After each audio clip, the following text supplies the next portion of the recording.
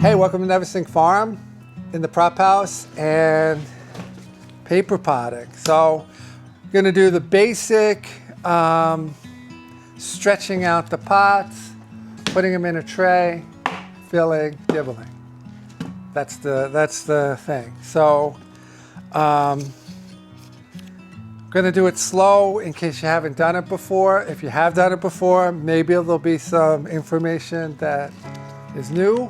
Let's just see. Okay, so I have the frame upside down. You need two opening bars, and they go inside the white paper part. Okay. No matter if you rip it a little bit. Okay. The white paper is disposable. They'll just go in the garbage before you even transplant. They're just there to hold the opening bars, so they have a place to slide them down through the edge. Okay, and that's just so that you can open them all nice and evenly. Okay, now if you're a perfectionist, you're going to hate paper pots because it's not a physical tray. Okay, this is a 288, which has close to the amount of cells that a paper pot does. Now, your first 288 tray and your 100th 288 tray and every tray in between are going to be the same. They're all going to be lined up, right? They're not going to be this direction or this direction. These lines will always be straight, because it's a physical, hard tray. Everyone is identical. Paper pot, that's not true, right? So you're trying to do the best you can. You see, it's just glued paper together, okay? Okay, so if you look, you see how that one's farther in, right? Because you can see they go back and forth like that, okay? Okay. The farther in one's here, right? So you just flip it over, and now the farther in one is over here. You see that? Okay. Okay, so I want to get one side on first. Okay. There we go. All right, see how that goes on? Farther in one is on that one. Okay. Okay. See? Okay, but you don't want it on the paper. Okay, the paper has nothing to do with it. Okay, the white paper should not be on these little fingers. They should be in the brown paper. Okay. Okay, and now I bring it over to here. Okay, but before I do that, I want to show you something. Okay, now if I pull this more, okay, if I stretch it out just a little bit more, this is an extra inch. You see how these are curved inwards now? You see that this way? Okay, and if I don't do that, you see how they're curved out? Okay, out, and then it goes in, okay? That's just the nature of the tension of a glued honeycomb. It's just the way a honeycomb works, okay? Outward, right? Inward, okay? So the stretcher is finding a happy medium between those two opposing things to make as straight of a line as we can with the paper pot honeycomb. It's never gonna be perfect. I'll say it again. It's never gonna be perfect. Okay? So now we have these on and these on, okay?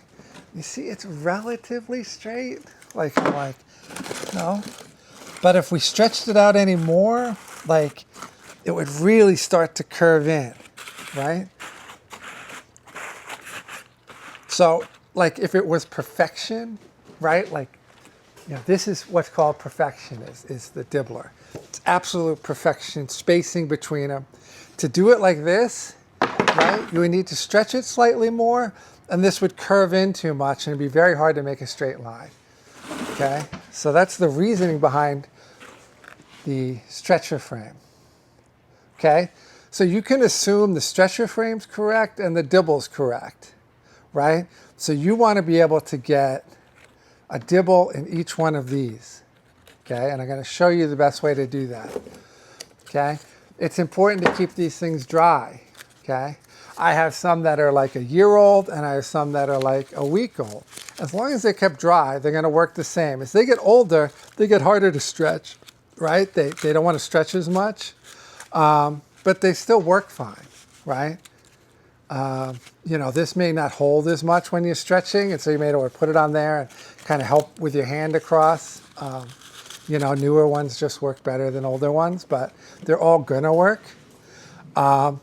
It's ones that get wet that aren't gonna work. That's where your problem is if they get wet and then dry. And that's true with, you know, humidity and stuff. So if you find they're not lining up, that's usually your problem, right? So you want, okay, let me use this straight edge here, okay? You want these to be as straight as possible when they get stretched out. You see how these ones are kind of lined up, right? That's actually pretty good. Even though it's not perfect, that's actually pretty good, you know? And if they're not like that, then you got to look at the pots and see if they got wet or humidity or something. I mean, I'm just pulling straight out of the box, and I'm like, that's actually not bad, okay? So they're stretched out, okay? Not using any part of the white. Okay, I'm going to pull these out so you can see that it's not. Okay. Okay. Okay. I'll use a Paperpot tray. These are Paperpot stackedness trays. Okay. Flip it over and chuck it in the tray. Okay.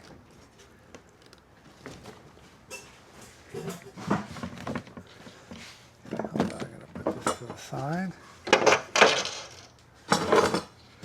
Okay, now these I don't do in the bin, okay? I do outside of the bin, and I bring the soil to it. Okay, now all of this can be done on assembly line and nice and fast, okay? I'm just trying to show you every step of the way so that you can improve the speed once you get it right, okay? So I just pour a bunch of soil on there, and then push it in with circular motion because you don't want to fill some more than others, because then your honeycomb is going to stretch in different directions, right? And as I said, it's already not perfect. You don't want to make it even more and more not perfect, farther and farther away from straight lines, because it's going to get more and more difficult to dibble it, right? Or to, even worse, get your seeds in them, right? Okay. And you just want to work them in, especially the corners and the edges, okay? Okay, there's going to be soil that falls on the outside of the paper pots, but that's just the nature of paper pots, you know? It just comes with the territory, okay? There we go.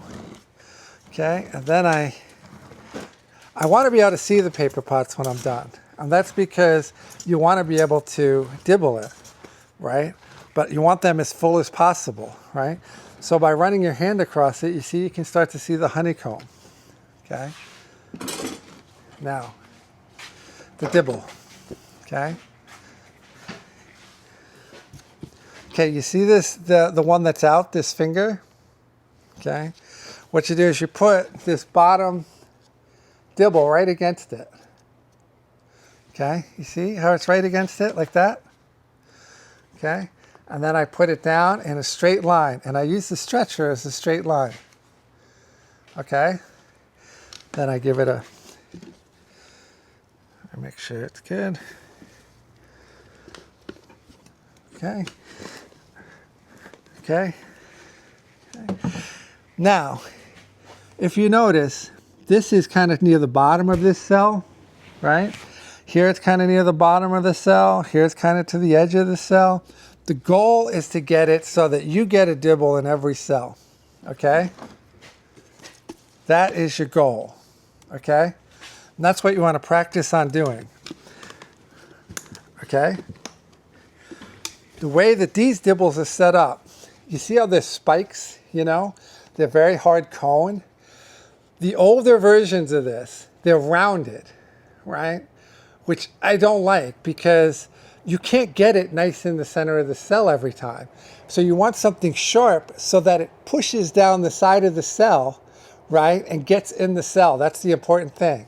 That's why they're nice and sharp, right? Not sharp on top, but you want them to get in that cell. You don't want to just push, hit the side of the wall and just crush it, right? So you see, like, even when it gets on the side, it still gets in the cell, right? But if you're a perfectionist and you say, I want this dibble to go in the center of each cell every time, forget it. Not going to happen. It's not going to happen. It's paper. Okay? You can get closer and closer, Like if I try to really move it up there. Yeah, you can get closer to it. You see here. Okay? Trying to dibble it a couple times. Now I'm like up to the right kind of in some of them, but the thing is, there is a dibble in every cell. And that's what you want. That's the goal. Okay? And that's why I do it the way I do it. I'm going to put it on again so I can dibble it again for you. Because we're doing 100 trays and I got to, move. And I want to dibble in every cell. I don't want to sit there and pine about if it's in the center. A Paperpot cell is very small, right? It's really not going to make much of a difference if it's in the center or not in growing. But as I said, if it bothers you, paper potting is going to stink for you. Okay, here we go. Okay, so I'm against this one. See how the circle is right against it? Then look at this side. But I'm straight along the bottom pretty much, okay? But it's still not going to be perfect, as I keep saying. Okay, paper potting's like human beings. It's never perfect. Okay. There we go. I look at it and I'm like, wow, that's really perfect. But you can see it's at the edge of the cell on this one. It's at the far end of that one. But I'm really happy because it's in every cell, which is what I want. Because this is going to tell you where the seed's going to land, right? And you want a nice steep hole, right? Which is why we designed the dibble board this way, to make the spike not like a round thing. So that we want the seed to roll in, as best we can to get them in that hole, but it's just not an exact thing, It's meant to be quick and efficient, not absolute perfection, right? We're supposed to get like 90% of the way there, and I think we're getting closer than that, but hopeful. Okay, so I'm gonna seed this one now. Get this stuff out of the way. Okay, now when you're setting up your seeder for a lot of trays, right? Because this we're gonna do lettuce, and this is for cut and come again, multi-leaf lettuce.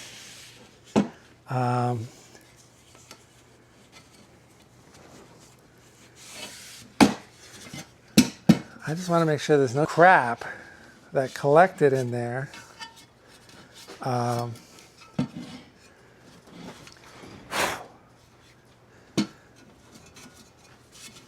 Since I used it last. Right, so I can seed all 100 trays without having to worry about anything. Okay, so you have the paper pot in the upper right corner, seed area below. Right, here's your paper pot, no skip, 3mm plate, 5mm hole. Okay, there we go. Perfect. Just, when it's operating perfectly, it's nice and clean. Okay. Use the damp cloth to get rid of any static, right? Damp cloth or a dryer sheet thing. Okay. So it's always good to use a lot of seed. There's a seed holding area which is going to prevent most of the seeds from rolling forward. So you can use a lot of seed. The more seed you have, the quicker it goes, because just law of averages, you're going to hit the holes quicker with your seed. because the seed has to go next to the hole to drop in it. If there's no seed next to the hole, nothing will drop in it. And since this is, what, 264? If you had 264 seeds, it would be quite a game, right? You could probably play it on the farm, count out 264 seeds, and then roll it around to get one in each one, because you're going to have one here that probably has to make it all the way over there to get to the end. So you need a couple of thousand seeds to make this work, if that makes sense. 264, you need a few thousand just to make it so that it'll work fast. Okay?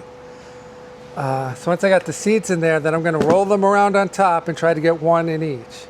I don't have to try. The seed hole is going to determine that. This one's a little big for these seeds, but we'll see how it does. And you're going to want to watch another video that we have, which is on deciding, ordering your plates and figuring out what the right seed hole is for you so that you can do that. Because to singulate, the hole is important, as well as having pelleted seed. Okay? So, okay. Now I hold this out a little bit, not like really hard. It's habit, so I don't push it in. Because if you roll it around with these two holes lined up, you're just dumping the seed out. Okay. You want to fill the holes first. Okay. Okay. It's usually the edges that don't go in the holes first. Okay. Okay. Okay, let's take a look. That looks pretty good. Okay. We don't have to worry about those two. But we look good. Okay. Get it behind the seed pail here. Okay, I think we have one in every one. I don't know how we did it so quick. Oh, is that one? Yeah, there's like a piece of junk in there. Okay. Looks good. Okay. And then what you do is you use the fall lines. Okay, now the fall lines are the etched lines that you want to go across the center of your cells. Okay, so you want to go in the far corner, okay, and the blank hole, your bottom hole, is the one that goes in the center of your cell, not where the seed is. The seed moves, right? So you want the hole where it's going to drop through, which is static. It stays where it is. You want that to be over your cell, right? And you can use the pin that I did when we were doing the dibble, right, to line yourself up. But use those fall lines, and they're going to go across your cells. Okay, so we want to move it all the way to here, like that. Get it lined up. Okay, get those fall lines lined up. Okay, and we're good. Okay, open it up. And you see how this one's stuck? Because there's a little junk in there. Okay, that's what happens when you got junk. Okay. Okay, just get the junk out and it's good. Okay, let's take that off. Okay, and you see how they almost rolled in. Okay, you see how this one did it?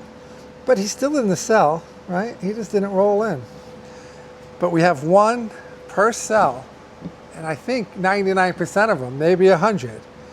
But that's the goal, because it's not perfection. Okay, but you see there's a singulated seed, so the 5 work too. There's kind of a range, especially as the seeds get bigger, there's a bit of a range that you can use. But on the 5, right, you can have one sitting on the edge of a seed, kind of holding it there. So you just got to size it right. Okay, so now you keep this stretcher frame on during seeding.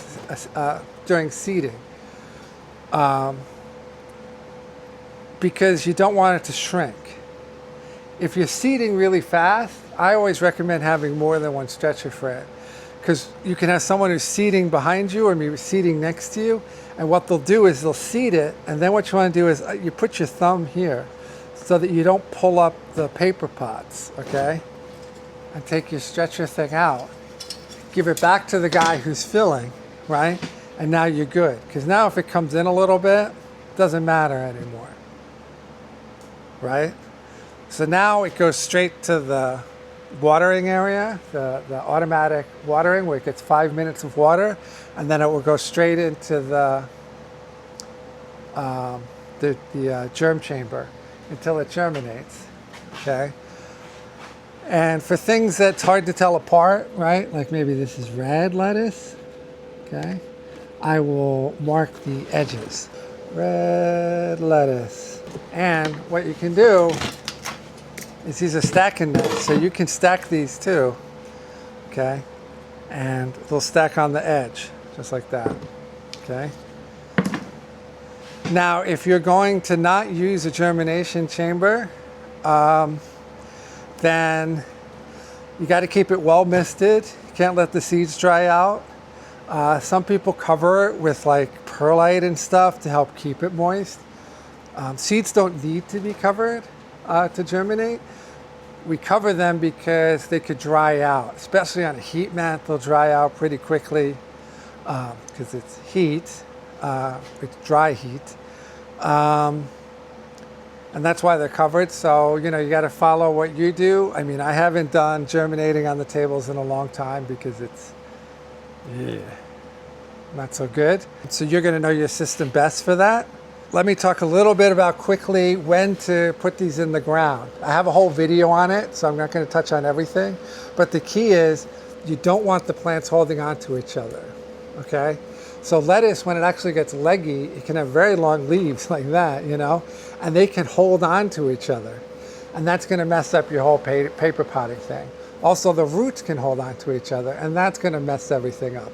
It could rip the pots, it'll rip some out of the ground. You want them to unfurl easily. So the key is you want the roots to fill the cell completely, right? Kind of eat up all the soil, but not start intertwining. You want the greens to be big enough that kind of helps it stay straight. Because in the channel, kind of the greens kind of help to keep it upright. If you're using a subversive, it's kind of designed to not have to need the greens as much, but you know, they do help. But you definitely don't want them holding on to each other. That's really the key. It's not a time, it's knowing when it's right. You get a little bit of a window depending on what it is. So there's starting a paper pot. Hope it was helpful, and until next time.